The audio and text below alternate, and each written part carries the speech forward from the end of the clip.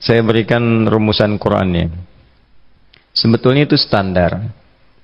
Yang paling standar di dalam ujian Allah kepada manusia, supaya ada nilai rasa dalam diri kita bahwa kita itu punya Allah. Itu poin tertingginya. Nah, biasanya pada titik-titik tertentu oleh Allah itu dihilangkan semua potensi-potensi dari makhluk, sehingga kita bisa merasakan kenikmatan langsung untuk berinteraksi dan mendapatkan anugerah dari Allah. Itu titik tertingginya. Sambil contoh begini, Nabi Zakaria itu yang paling viral di Al-Quran, salah satunya divonis oleh manusia tidak akan mungkin punya keturunan. Secara klinis mustahil, karena istrinya divonis, maaf, monofus dan mandul. Secara medis semua sedang angkat tangan. Tapi apa yang dilakukan? Nanti ini akan melahirkan rumus di Quran surah kelima, Al-Ma'idah ayat 35. Nanti jadi rumus standar dari apa yang dialami oleh beliau ini. Di titik itu beliau menangkap isyarat bahwa ketika manusia sudah mengatakan tidak mungkin, itu tanda awal dari Allah supaya kita langsung memohon kepadanya, karena Allah ingin memberi tanpa perantara siapapun. Maka dilakukanlah kemudian sholat. Sholat itu dalam bahasa Arab, terjemahan kitanya artinya sesuatu yang tersambung, terkoneksi. Karena itu saat kita sedang sholat, kita sedang menyambungkan diri kepada Allah. Anta'budallaha ka'annaka tarah. Kata Mas Ihsan tadi, kita menyembah Allah dan kita merasa diawasi, dinilai oleh Allah. Maka dalam sholat itu beliau meminta. Ya, permintaannya viral. Qala rabbi habli min ladunka dzurriyyatan thayyibah innaka sami'ud du'a. Bahasa bebasnya begini, ya Allah, semua memvonis aku tidak akan mungkin punya keturunan. Sekarang aku memohon kepadamu saja yang tidak punya batas dalam pemberian. Nah, sebelum ke sedekah dengan harta, Allah mengajarkan dulu sedekahlah dengan tubuh kita. Karena tidak semua orang boleh jadi memiliki harta, tapi semua orang punya potensi untuk menggerakkan tenaganya untuk meminta. Oleh karena itu diletakkan sebelum harta itu sholat. Kenapa rukun Islam yang kedua sholat, selanjutnya zakat? Karena tidak semua orang bisa mengeluarkan harta. Kalau tidak ada satu pun mentok di harta, maka gunakan tubuh kita untuk menunaikan sholat. Itu rumus Nabi Zakaria. Maka beliau tunaikan di mihrabnya Maryam, minta ke Allah. Rumus kedua, sebut nama Allah, Asmaul Husna, sesuai kebutuhan kita. Jadi nggak harus 99. Misal, ini mau menuntut ilmu, sekolah, sebut ya Allah ya Alim, pemilik ilmu. Ada persoalan rizki yang ingin kita dapatkan, ya Allah ya Razak. Ada proyek, ada kegiatan yang kira-kira tantangannya tidak mudah, ya Allah ya Al-Fattah. Ini beliau minta karena divonis tidak mungkin, maka meminta kepada Allah dengan nama pemberian tanpa batas, namanya Wahhab. Disingkatnya Hab. Rabbi habli, ya Allah yang tak punya batas dalam pemberian. Mereka memvonis aku punya batasan, maka mohon anugerahkan darimu saja.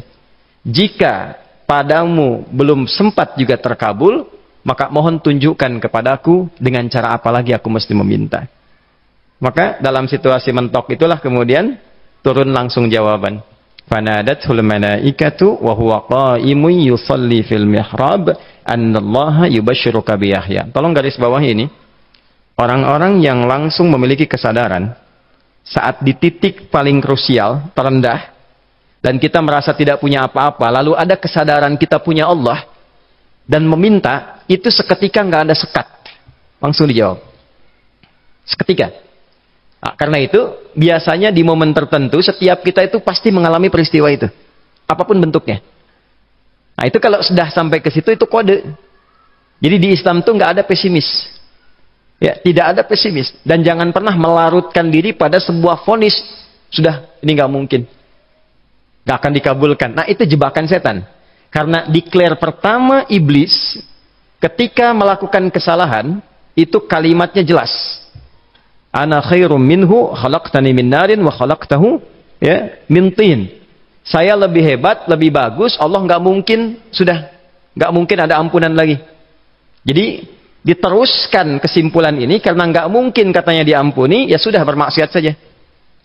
Karena nggak mungkin dikabul, ya sudah pesimis saja. Padahal di titik itu Allah sedang membuka, temukan kata itu, temukan hubungan itu, minta itu tanpa sekat. Maka seketika malaikat turun menyampaikan, doamu dijawab. Itu sedang berdiri, baru selesai doa, belum selesai sholat, belum salam. Turun malaikat mengatakan, Allah kasih kabar, kamu akan punya anak, langsung namanya dari Allah Yahya. Jadi Yahya itu pemberian Allah. Ya, pemberian Allah. Yahya artinya hidup. Yang mustahil menurut manusia. Lahir seorang bayi dari rahim perempuan yang divonis menopause dan mandul, kata Allah, jadi dan hidup. Nah, rumus itu nanti terus dialami oleh para nabi, puncaknya di era Nabi Muhammad SAW, nanti melahirkan panduan di Quran surah 5 ayat 35. Ya ayyuhalladzina amanu ittaqullaha wabtaghu ilaihil wasilah. Perhatikan kalimatnya dengan detail ya. Hei semua orang yang masih merasa punya iman. Tuh iman kita disentuh. Jadi kalau mengalami persoalan di titik nadir, terendah, itu yang disoal oleh Allah imannya dulu. Kamu masih punya iman nggak? Orang beriman nggak mungkin pesimis. Orang beriman nggak akan putus asa. Orang beriman nggak akan bunuh diri. Imannya ditanya dulu. Katanya kau beriman. Iman kamu di mana? Kalau masih punya iman, kata Allah, ini ujian dari saya, supaya kamu nyebut saya. Kata ingin mendekat, kata Allah kan. Ittaqullah, nah ini rumusnya. Wabtaghu ilaihil wasilah. Kalau engkau pengen cepat dapat solusi, maka aku berikan perangkat untuk cepat mengabulkan doamu itu. Perangkat itulah disebut dengan takwa. Nah, takwa itu ada urutan. 240 kali disebutkan dalam Al-Quran, dibagi pada 3 segmen. Segmen ibadah ritual, segmen ibadah sosial, satu lagi segmen rumah tangga.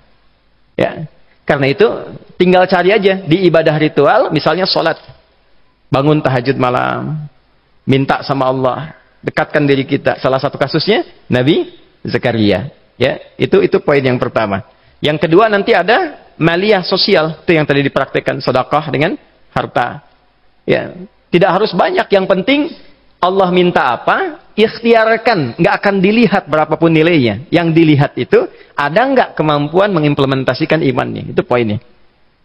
Titik itu. Ya. Yang ketiga nanti, di keluarga. Urutan pertama orang tua. Kata Ibnu Abbas radhiyallahu ta'ala anhuma, tidak ada satupun aku melihat amalan tertinggi yang menarik perhatian Allah untuk memberikan ampunan pada orang taubat, atau mengabulkan doa dengan cepat, kecuali berbakti pada orang tua.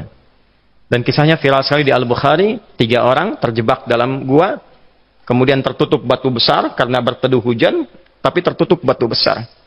Lalu ketiganya mendorong, tidak pernah bisa mengeluarkan tenaga yang mampu mengeluarkan mereka dari batu itu. Gak bisa gerak. Satu di antara 3 orang ini mengusulkan, sudah, ini tanda dari Allah, jangan gunakan kekuatan kita lagi, kita diminta menggunakan kekuatan yang Allah berikan. Coba kita cari amalan rumus takwa tadi. Satu di antara 3 itu mengatakan, ya Allah, saya punya seorang ibu. Setiap kali saya berangkat kerja, saya akan selalu siapkan hidangan untuk ibu, khusus untuk susu sebelum tidur, itu saya yang minumkan langsung kepada beliau. Itu berlanjut selama hidup saya seperti yang kau ketahui. Satu kali, saya pulang dari kantor, dari pekerjaan, ibu saya sudah tertidur. Sementara susu belum diminum. Dan kami putuskan tidak ada yang berani menyentuh susu dan minuman makanan kecuali ibu terlebih dahulu. Maka saya putuskan memegang nampan susu di samping ibu yang tertidur dan menunggu beliau bangun. Tiba beliau bangun tengah malam, saya berikan susunya tanpa saya katakan saya telah menunggu cukup lama untuk memberikan susu itu. Ibunya nggak dibangunkan, dibiarkan istirahat dengan nyaman. Begitu bangun, diberikan susu tanpa komen sedikit pun. Nggak bilang, mas, betulnya udah lama tadi nungguin deh. Ya, langsung diberikan.